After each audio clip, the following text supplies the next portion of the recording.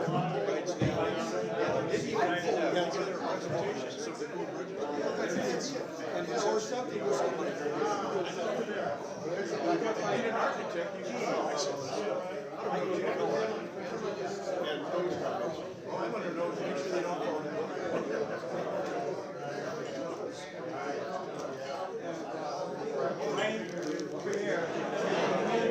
morning, guys. Why don't we get this show on the road? If you guys are ready, I'm ready. I assume this mic's working. Okay, good. Good to be back. My good buddy Larry Berg agreed to lead us in the pledge. He's kind of like our Swiss Army knife. He does a little bit of everything around here. So you're in charge, Larry. Thanks. All right, ready? Begin. I pledge allegiance to the flag of the United States of America and to the republic for which it stands, one nation under God, indivisible, with liberty and justice for all. Thank you, Larry. In case you guys haven't already, make sure you guys turn off your cell phones, please.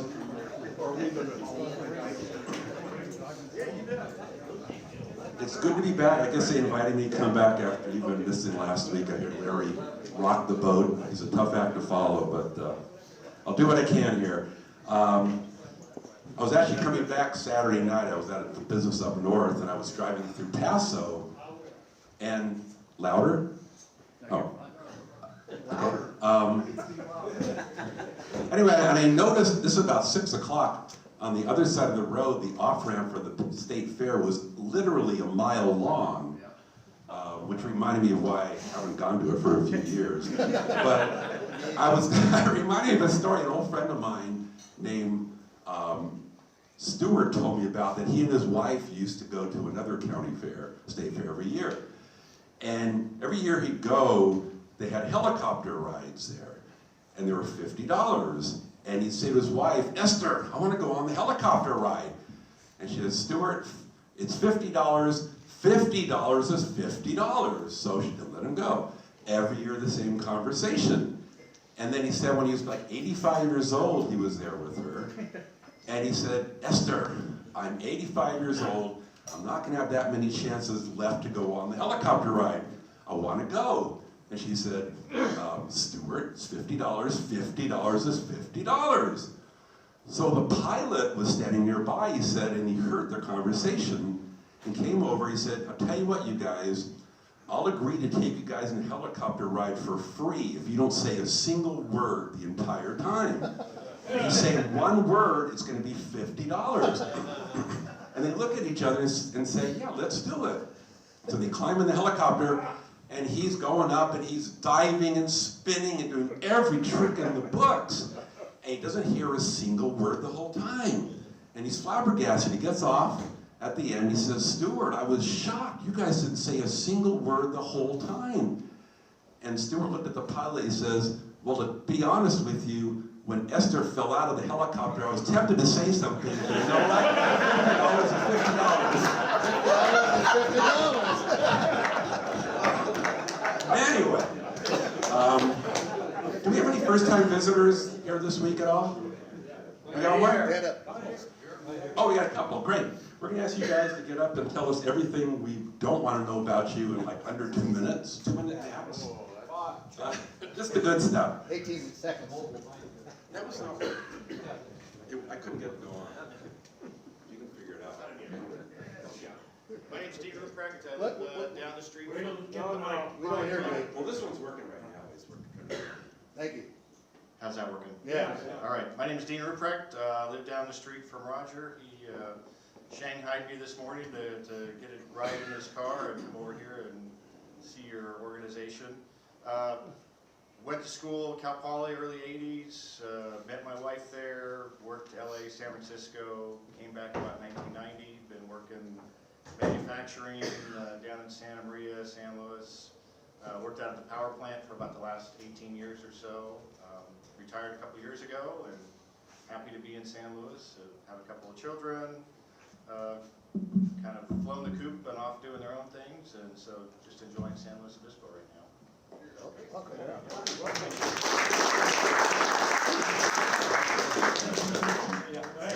go. Hold on a second, We guys. got another one. Another one. Well, you can- Dwayne, Rusty? Walk right around the- Well, I'm going to follow. I'm Ivan Simon. I've taught for 40 years, retired last June, a year ago last June, and I had Rusty and Andy, the children of Mr. Ruprecht who just spoke. Had a 40-year career teaching English, last 29 at San Luis Obispo High School. Had the good fortune of having our speaker's children in class, and he's invited me to be here and talk today. Gordon's going to cut me off when I talk too much. Born in Pittsburgh, Pennsylvania. My family came out to California in the early 60s. Attended UCLA, John Marshall High School in Southern California, East Hollywood. 2 children, a wife who's a marathon runner, and so I'm part of the Me Too movement where I go with her when she runs her marathons. And I think that, Gordon, anything else? So far, so So good. far, so good.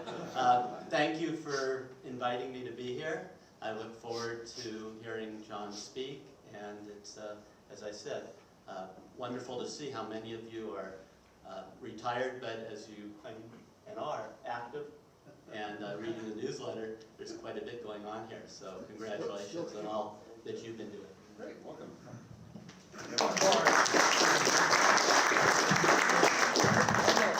One more. Oh, I'm sorry. My name is Dwayne Garrett. I'm from Fresno, born and raised. Police officer for 20 years in Fresno. I left and became a high school math teacher. And then Caltrans called. I worked for them for a while as a environmental planner. Kind of a crazy job. And, Trees. exactly. I left Caltrans, moved over to a place called the Board of Equalization. Whoa. Yeah. Mathematician. Fire Right. tax. I was they made me a tax fraud investigator, which was a real easy job. They paid me way too much to sit and fill out paperwork. And retired in 2008, moved down to Riverside County, down near Lake Elsinore. Lived there for about 11 years, and got tired of that. Moved back to Fresno, got tired of that. Now I'm in Morro Bay. Morro Bay's the place. So. No, we'll get tired of Morro Bay, that's for sure. But, Welcome. thank you.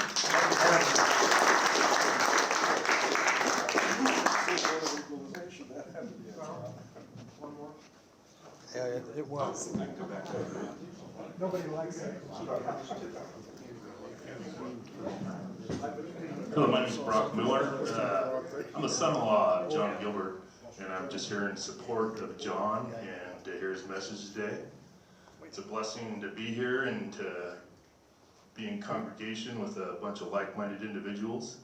I live locally in Templeton, lived in San Luis Obispo for about 30 years.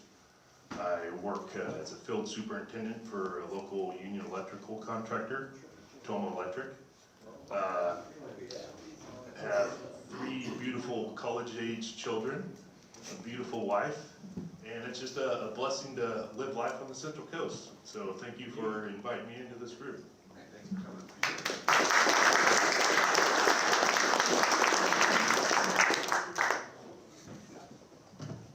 Yeah, we should get your contact info. We'll contact you in about 20 years about joining the group. Okay? I'm relentless. That's it for new first-time members, I guess. Some announcements. Let me jump in first real quick. And Bob, if I'm still, where's Bob Lieber? Is he here? If I'm stealing your thunder, let me know, okay? I was going to talk about the farmer's market. Is that okay, or you want to? Is that your thunder? Why don't you talk about it? No, he's got something else. Oh, you got something else? Okay. Since I was here last time, we had the booth at the farmer's market. It went really well. We had a blast. I had amazing help from John Knox. I don't know if John's here. Steve Sikonoff was here, and Carlos Cristoso was also. These guys busted their butts. They really did a heck of a job. We had a blast. We probably talked to at least 50 guys, gave out handouts. Not everybody wants to sign up, on our list. We got about a dozen people I'm going to start following up on. So hopefully you get some new members out of it. It was really, we had a lot of fun. Bob, do you want to say something? First of all, I don't know what we'd do without you. You did. For us to have a booth in the farmers market on Thursday night, we're a nonprofit group. Only a few people get that privilege. And somehow, I think they're afraid of your height or something. We have probably one more. No, we couldn't get a second. You couldn't get it? We're on a wait list. All right. They have a wait list you get on after you've been on, and then you get. And how many guys this year will need to redo their license for driving? See, do you know all the different ways you can take your test? In other words, most of the people go to the St. Louis Department of Motor Vehicles, and they take their test over there. And the test isn't simple any longer with all the new painting and the streets and the bicycles and the truck. It's a little complicated taking the test. And they have new computers over there that are not necessarily the easiest thing to work with, and you can miss 3, and if you miss it, if you give the wrong answer 3 times, you have to take the test again, and you can take the test 3 times. It's hard. So I had to do my test. And I started reading, and they won't tell you this, but there's many ways you can take the test. And one of them is at home. What? For seniors. And it was so simple. I mean, it was good, because they had, like, with the questions, they had them broken into 7 different categories, and before you would take it, you would get a lecture on that particular area of the test. And they cover all the things that you're going to be, is that right or wrong, or that, and you could miss it 3 times. And they take you through all 7 steps of different things, that one's signs, one's maths, one's, all broken down. And I thought they were cheating. I got 100% on it. I mean, it was so nice compared to what you put up with there. Who helped you? They have a camera. They make you set up a camera on you. Yeah, I helped my friend do it. So they want to make sure that you're doing it and there's nobody else that they can hear or see in the background. You gotta be a little careful. That's one of these. They maybe have 5 or 6 ways you can take the test now, but they won't tell you. And this one I thought was terrific, but it's at home. They take you, first of all, for someone to sit with you and work with you, it wouldn't work that way. You got to concentrate and take the test, but it's so well done. It's amazing. So anyway, if you're going to get to look up all the different ways, and you get that in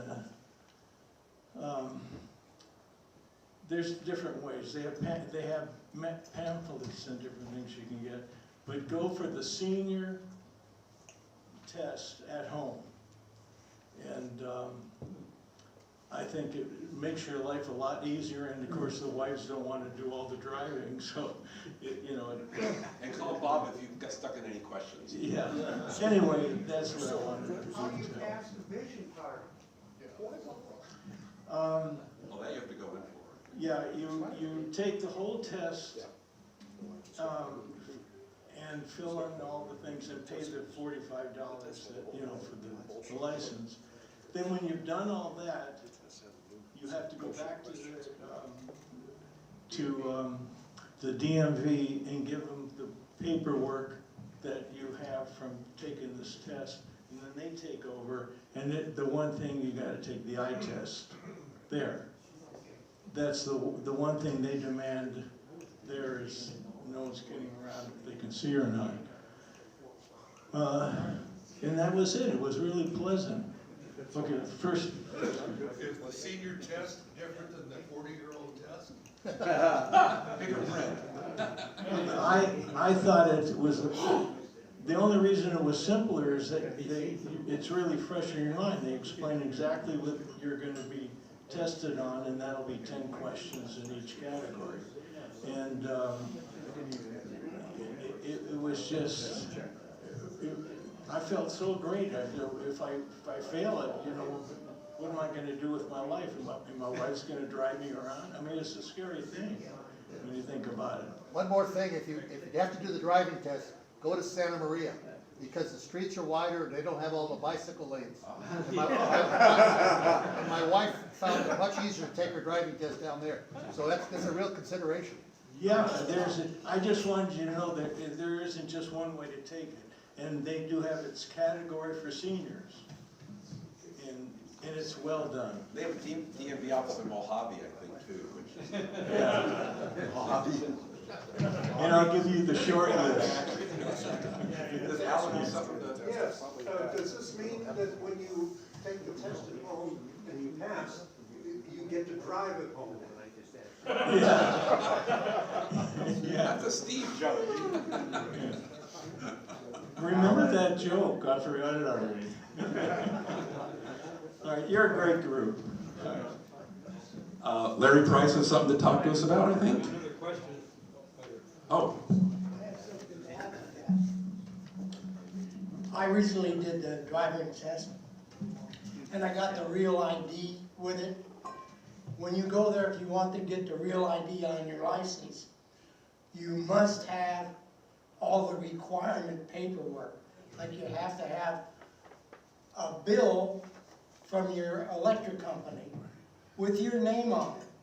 My wife pays all the bills. My name is on the I couldn't take and show them, but I lived in San Luis Obispo. I had to go, it was like a lot of hoops. So make sure that your name is on the receipts that you live here.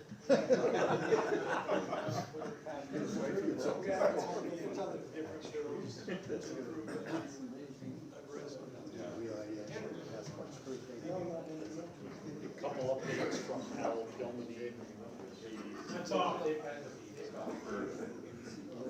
go out. Broke it. Yeah, time's up, you're done. That's better.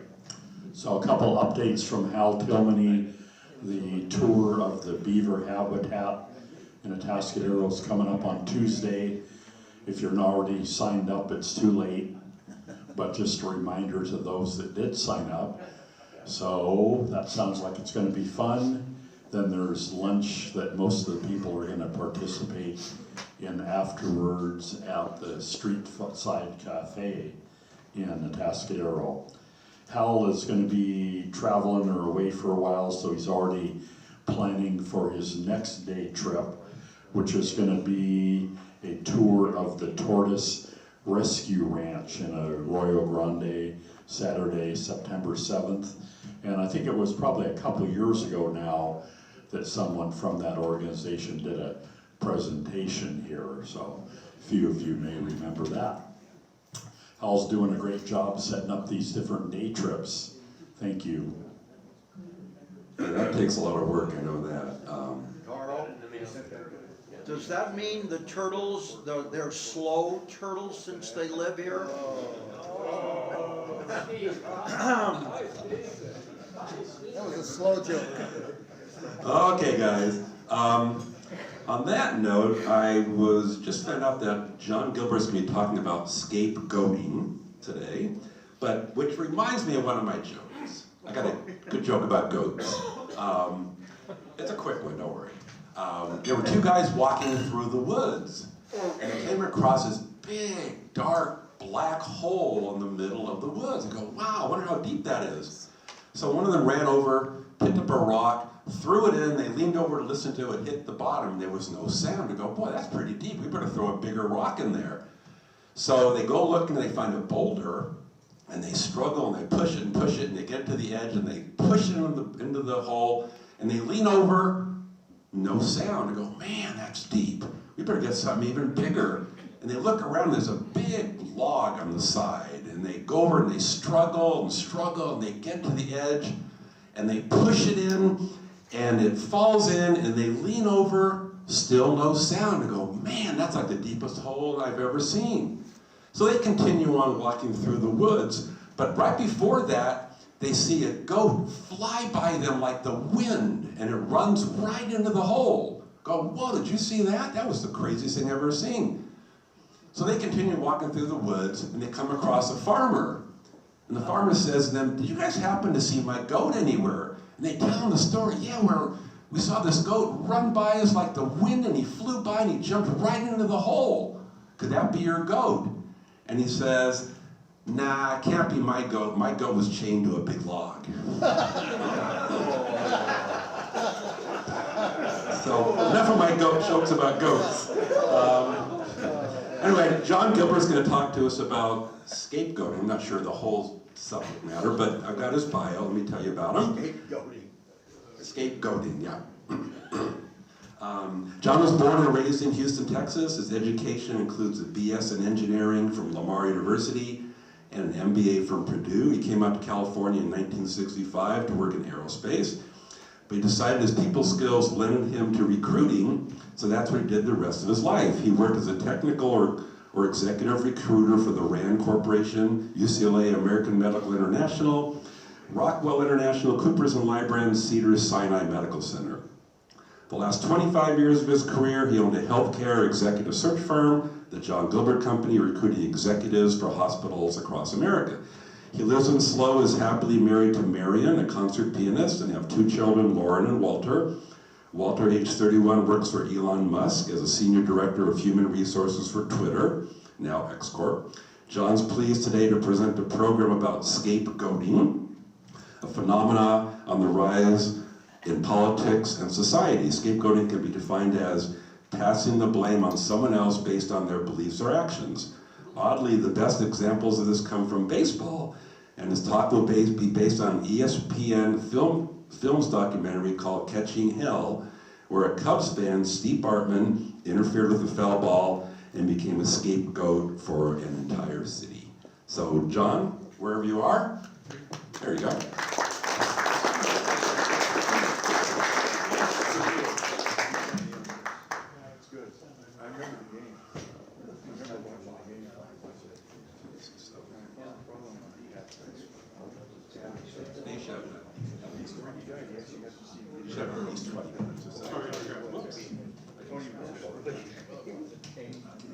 You want this one?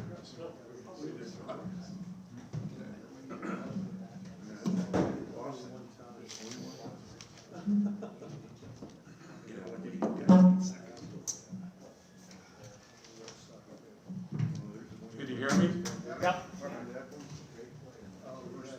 So, last fall, I gave a talk here called I Remember Vienna.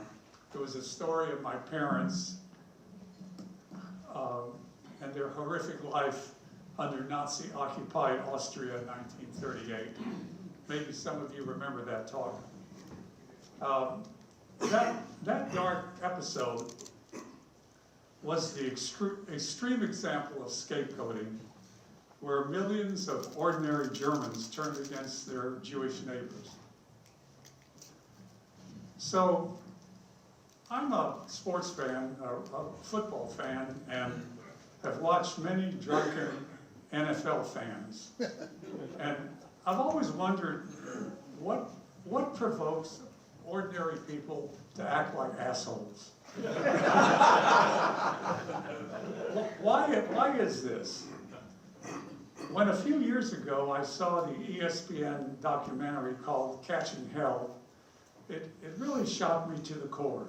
And it's the story of an ordinary Chicago Cubs fan at a game in 2003 who brought his glove to the game to try and catch a foul ball. Actually, before Chicago, there was another incident in 1986 with the Boston Red Sox. They were battling the New York Yankees in the World Series. And the pain of 1986 in Boston, just one strike away and everything collapsed. First baseman Bill Buckner, like Steve Bartman, became the scapegoat. Buckner's nightmare began with a ball that was just begging to be caught. 2 hops and a dribble. It was 5-3 Red Sox in the 9th inning against the Mets in the 6th game in the 1986 World Series. The Red Sox hadn't won since 1918 with Babe Ruth. They called it the curse of the Bambino. The champagne was already in the Red Sox clubhouse. Mookie Wilson hit a slow grounder to first base. Buckner put his glove down, and the ball skipped under his glove. The Mets win the game. No one knew it at the time, but Buckner, let's see, I'm pushing the wrong thing. Buckner became the lone symbol of Red Sox futility. He was a scapegoat. And to millions, it always will be the way Bill Buckner will be remembered. So, what are the chances of catching a ball at the ballpark? Chicago's Wrigley Field was known as the friendly confines. How could it go from that to a real dark place? In Chicago, the Bartman play still haunts the city. Chicago, like Boston, is a town with a history of baseball disappointment. The Cubs have their own curse, called the curse of the Billy Goat. A tavern owner put a curse on the team for the Cubs banning his goat from grazing on Wrigley Field. The Cubs had last won the series in 1908. But unlike the Red Sox, the Cubs never came close to winning. In 1969, the Cubs had a good team. But a black cat walked past Ron Santos in the on-deck circle, and the Cubs were cursed again. They lost to the Miracle Mets in 1969. But in 1984, the Cubs looked like a team destined for the playoffs. In the best-of-5 playoffs, the Cubs won the first 2 games. But then, eerily, a ball went through the legs of first baseman Leon Durham, and the Cubs lost to San Diego. And ironically, Durham had replaced Bill Buckner, who was traded to the Red Sox. But in 2003, in 2003, hope raised its head once more. Dusty Baker was hired from San Francisco, where he had just taken the Giants to the World Series. The Cubs had great defense, anchored by shortstop Alex Gonzalez. He also hit 20 home runs. Moises Alou had 22 more. And Sammy Sosa had 40 home runs. The pitching staff was great, with Carlos Zambrano, Kerry Wood, and Mark Pryor. On September 27, 2003, the Cubs clinched the division, sweeping the Pittsburgh Pirates. Then the Cubs polished off the Atlanta Braves to win the National League Division Series. So the Cubs will now play the Florida Marlins in the National League Championship Series. So 2003 was the magical year. The Cubs haven't won anything in 95 years, but this could be the year. The series starts in Chicago, and the Cubs are leading the Marlins 3-2. Only one more win and the Cubs go to the World Series. There was this electricity in the stadium. As Mark Pryor warmed up that night, you could see he had his good stuff. The Cubs struck first, 1-0 in the 4th inning. In the 6th, a wild pitch and the Cubs lead 2-0. But still, the majority of fans were waiting for something bad to happen. Bottom of the 7th, and the Cubs knock in another run and lead 3-0. Then in the 8th inning, the first Marlins batter flies out, only 5 more outs away. The next Marlin batter, Luis Castillo, hits a foul ball toward the left field stands. The Cubs left fielder, Moises Alou, goes for the catch at the stands. So it's a natural reaction for a fan to try to catch the ball. But on the other hand, you do get out of the way when a player is coming into the stands to make a play. When Moises reacted that way, he threw his glove on the ground and time stood still. As soon as that happened, the entire dynamic in the stadium changed.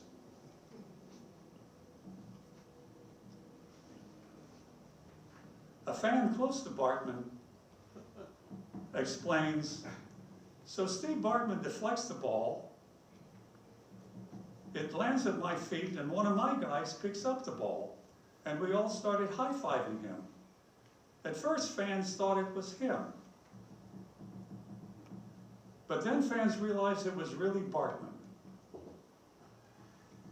But it was you, the guy in the blue hat. The Marlins then score, it's 3-1. Another ground ball, and shortstop Alex Gonzalez, who led the league in fielding, boots the ball.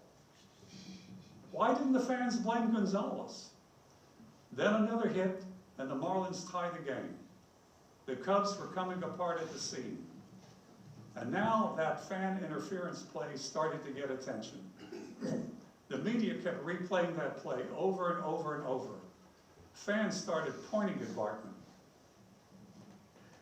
The fans outside the stadium watching on handheld TVs started chanting, "Asshole, asshole."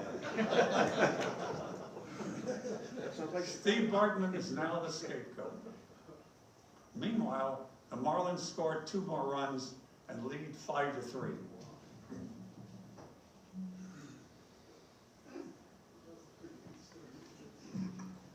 So, in 1/2 inning, it went from a Mardi Gras atmosphere to a funeral. Of course, the first guy to approach Bartman was an attorney, giving Bartman his card.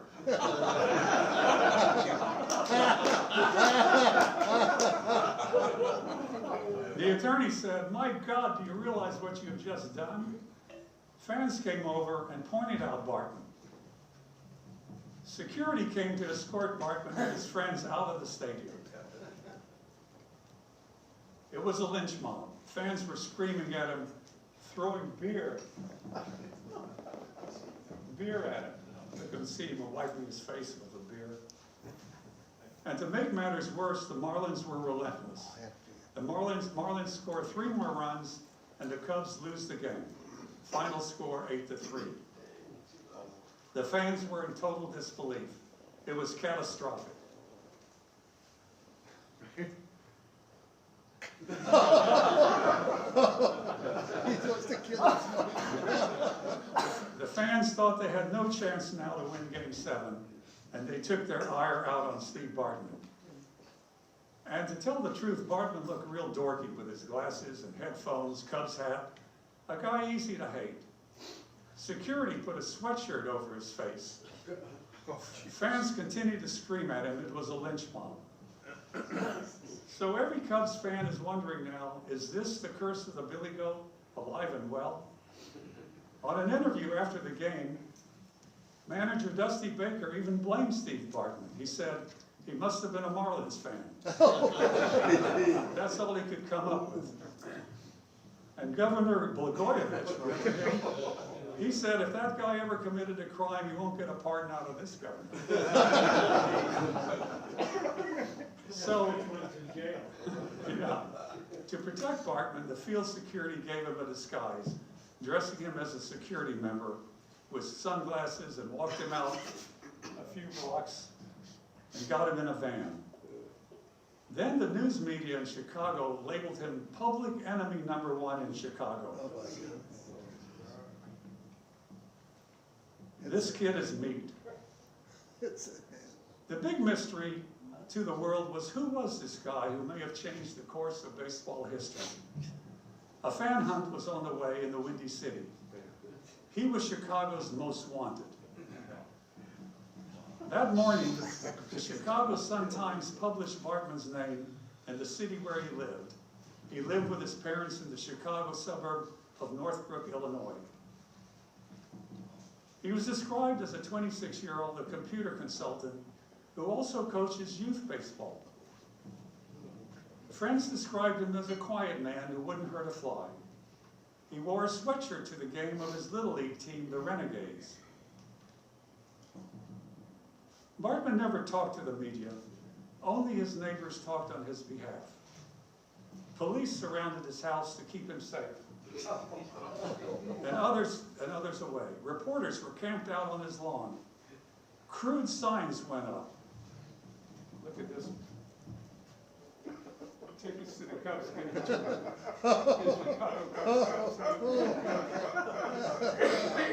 That's pretty bad. Taverns in Chicago were sporting Steve Bartman dartboards.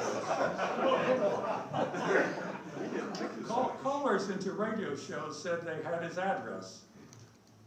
And they were going to kill him. They're going to kill Steve Bartman. But there was still a Game 7 to be played, right? Why did everyone feel it was over? Was it fate? As fans gathered for the 7th game, many were still haunted by Game 6. The Cubs had their best pitcher, Kerry Wood, on the mound.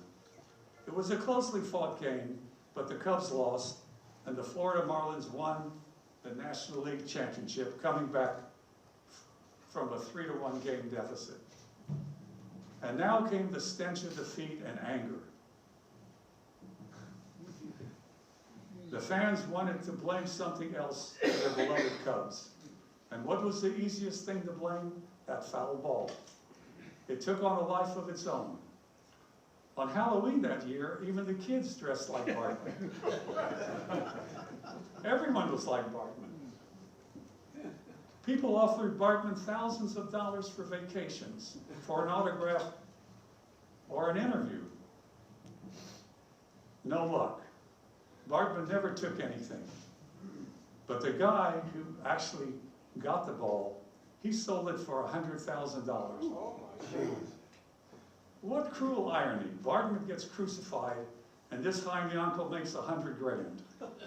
Cubs broadcaster Harry Carey owned a restaurant, and he bought the ball and decided to destroy it so the Cub fans can get rid of the jinx and maybe win the World Series. Now listen to this. The ball was carefully taken to the restaurant, placed in a big jar, and the ball was exploded, and the remnants were boiled in beakers, and the steam piped into a special scapegoat spaghetti sauce.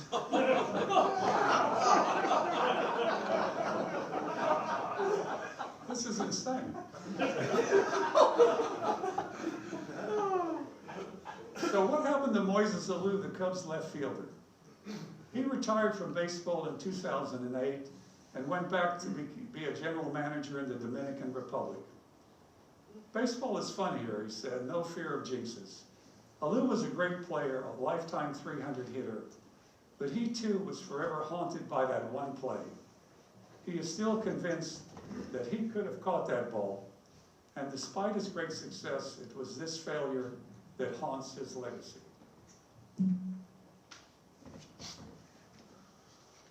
The seat where Bartman sat is now enshrined.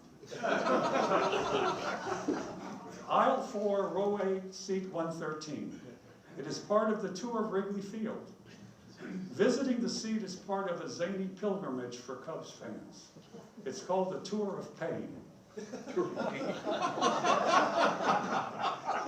Baseball commissioners passed new rules dealing with fan interference. Right now, if a fan interferes, the batter is ruled out. That's it. And what happened to Steve Bartman? He lives quietly in Chicago and works for a financial firm.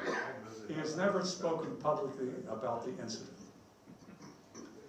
So, before I end my talk, I kind of want to throw it out to you and help me sort out why normal, respectful, church-going people can succumb to violent mob behavior when they're part of a collective or group. I just don't get it. And we're seeing more and more of this today in political and social circles too. Of course, if you're on the receiving end, life can be cruel, especially like Bartman, if you're simply in the wrong place at the wrong time. Thank you very much.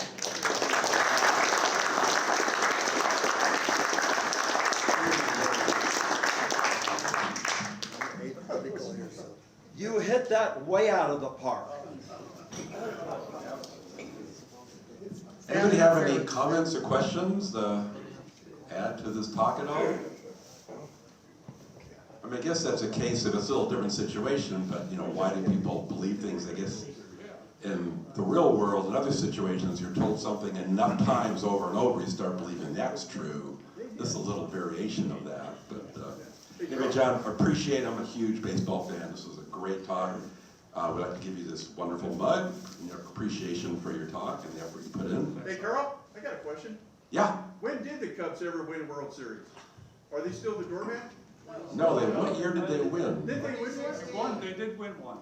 2016. Was it that when it was? Any club can have an off century here.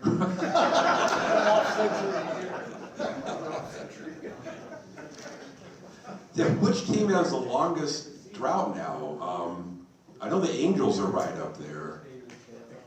Was any? I don't remember who else it would have been. There are a number of teams that have never won a World Series. Well, but more newer teams, right? I mean, not like teams going back to like, you know, the 20s and 30s. I think when they had expansion, I think in the 60s. Yeah, I don't know who else. I know the Angels. I don't know who else it would have. Seattle. But I think Detroit won. They've won, I think, haven't they? Chicago, 2016. Yeah. All right. Well, thank you. That was really interesting. I enjoyed that. We've got some time. Let me do a 2-second this day in history, and then I think we'll call on our good old buddy Larry to give us some of his humor. This day in history, just got a couple of things. 1774, the element oxygen was actually discovered. It didn't exist until then. 1831, the London Bridge opened. 1936, 21st Summer Olympics opened in Berlin by Hitler. Initially, Jews and people of African descent were barred from the games, but as we know, well, it was threatened, but the boycott was threatened by a lot of countries. They allowed the blacks to participate in a lot of big, successful athletes, including Jesse Owens, won gold. 1944, Anne Frank made her final entry in her diary. 1961, the first Six Flags Park opened in Texas. And in 1981, the first broadcast by MTV. Does anybody know what the first video played was on MTV? No. Video killed the radio star. That was the very first video. Video killed the radio star. I forget who that was. Was that AC/DC or I don't know, somebody. All right, well, Larry, you got some time to kill here, so you want the mic or do you want to use this? No, this is fun. All right, thank you very much. All right, so you're all alumni of Burke University, and so my partner, Ken's going to set us up here, so we're going to start with a little humor. Okay, humor number 35.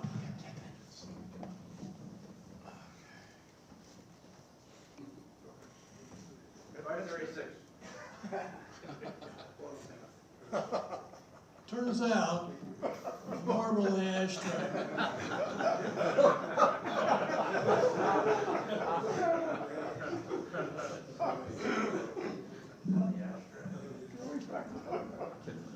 Okay. I'm sorry, but this is an AA meeting.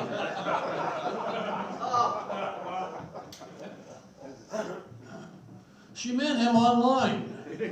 He said he lived in a gated community.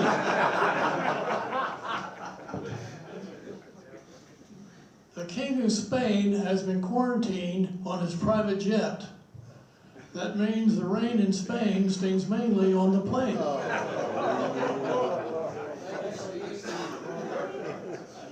States are fun. It's got a wooden frame, wooden engine, wooden wheels, and a wooden gas tank. Did he ride it? No, wouldn't start.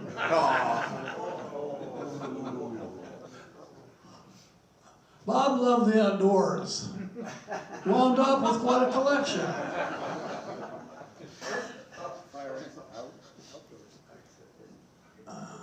We are from tech support. We are here to delete your cookies. My wife is an open book, but it's very poorly written, and I die at the end. Mom, what's normal? It's just us setting it on the dryer, honey.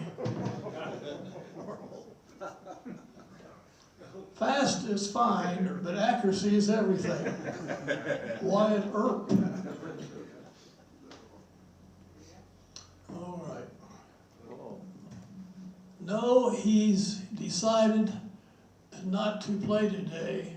I can't read that. It's my birthday. Oh, I suddenly remembered it's my birthday. There he is on the floor with it. She got him with a 5-iron. So why did your doctor tell you to give up golf? Did he check your heart? No, he checked my scorecard.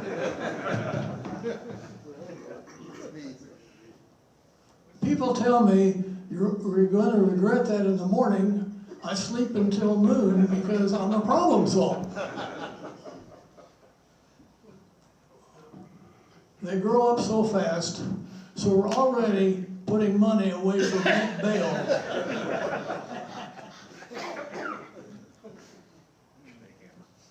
Of course you never lose your ball. You never hit it more than a few feet. This new wrench is amazing. One side is standard, and the other side is metric. We truly do live in an age of technological marvels. Instead of presents this year, I'm giving everyone my opinion. The quieter you become, the more you can hear. Zip tie and oil rag. This is how men handle a boo-boo. I think that feels like me. The first motorcycle race began when the second motorcycle was built.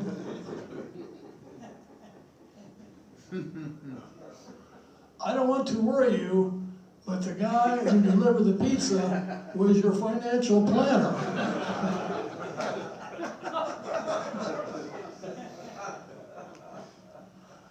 Have you finished painting the porch? Yeah, but it's not a porch, it's a BMW.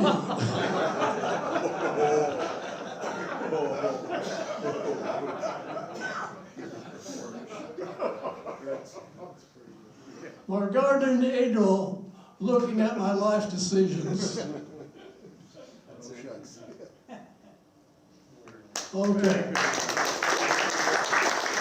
Thank you, Glenn. Thank you all very much. Thank you, Carl.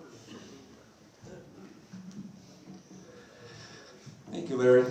Looks like we're gonna be wrapping up a little early today unless anybody has anything of import to talk about. time you stand up, you get in the mic. No? Yeah? Oh, okay, yeah, let's do the financial report. We got anything going on with that? Yeah, we had 64 people today. Wow. 60, excuse me, 4 guests. And so we had enough to pay for the bill and pass on a few bucks. Oh, terrific, good, good. Next week, Curtis Reinhardt from the Basin Street Regulars Hot Jazz Club, I guess he's presenting music and live, I guess it's talking about music and live jazz in Slow County. I got nothing, guys. I guess that's it for today. Oh, we got a question, or Alan?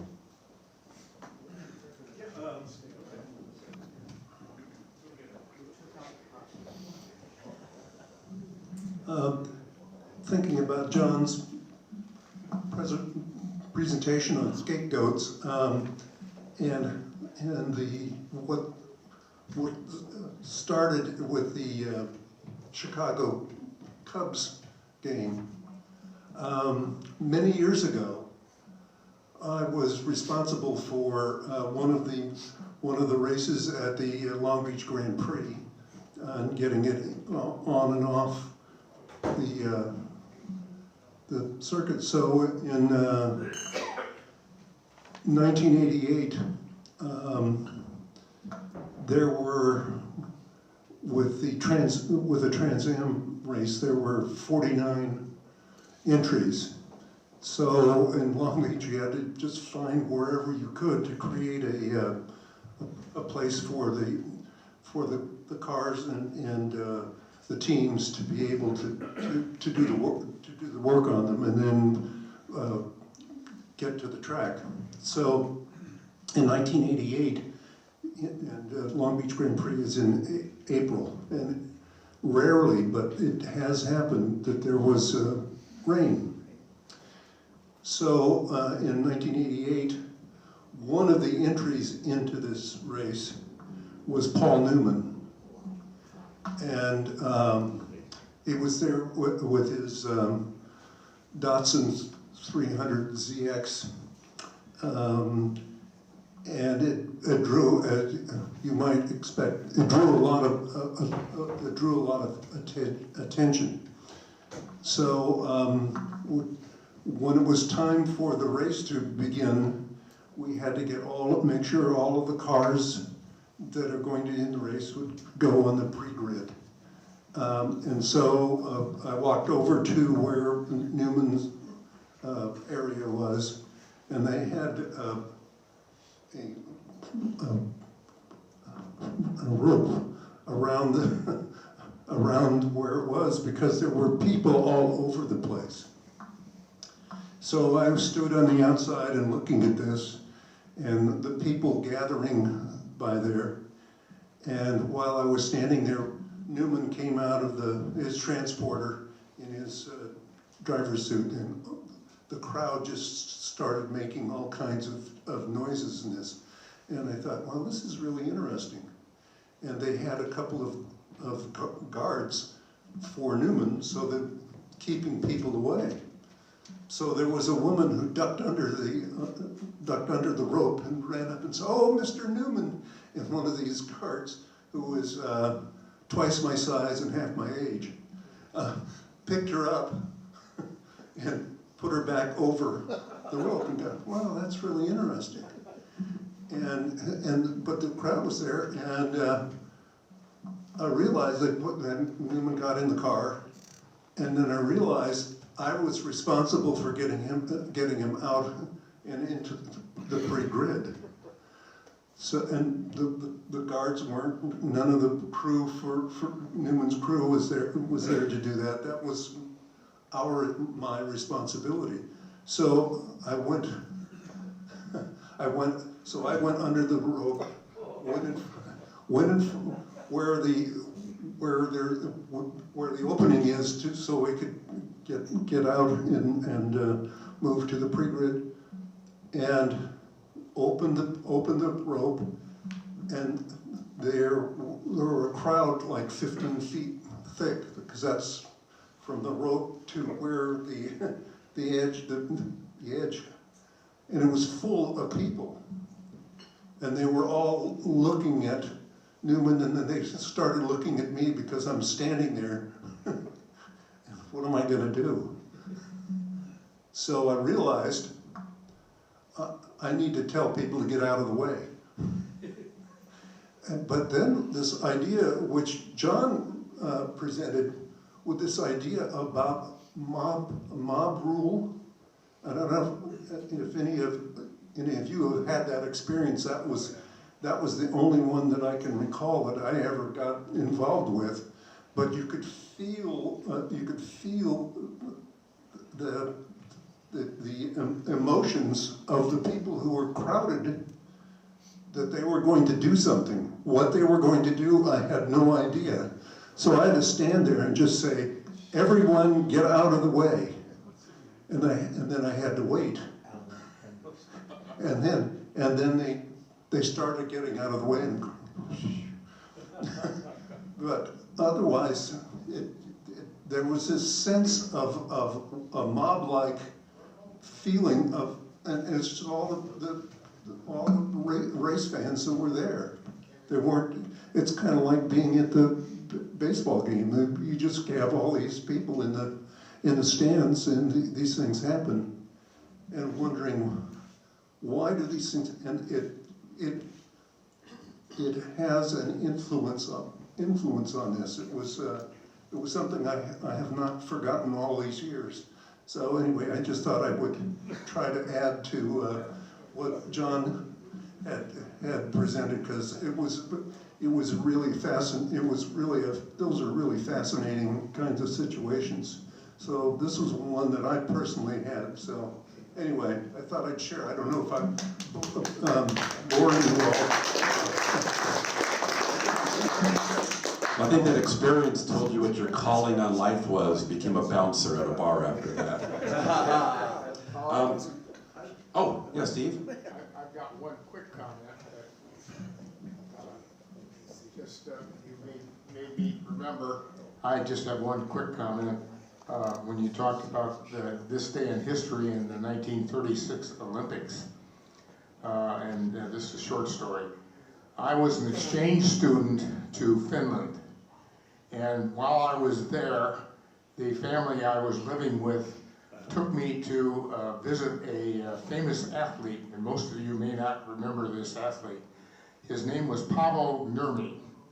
Paavo Nurmi was known as the Flying Finn, and he won medal after medal at the Olympic Games. He was all long distance stuff. He just won all this stuff, so I got to meet him, and he had a book from the 1936 Olympics where he had won a gold.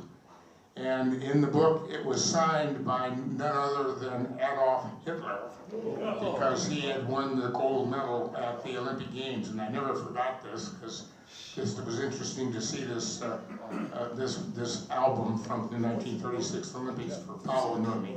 Wow. That's probably worth a lot more than Steve Bartman's baseball, I would think. Oh, yeah, one more comment, sure. The state of California has an emergency blood shortage. People aren't going in, people are having accidents.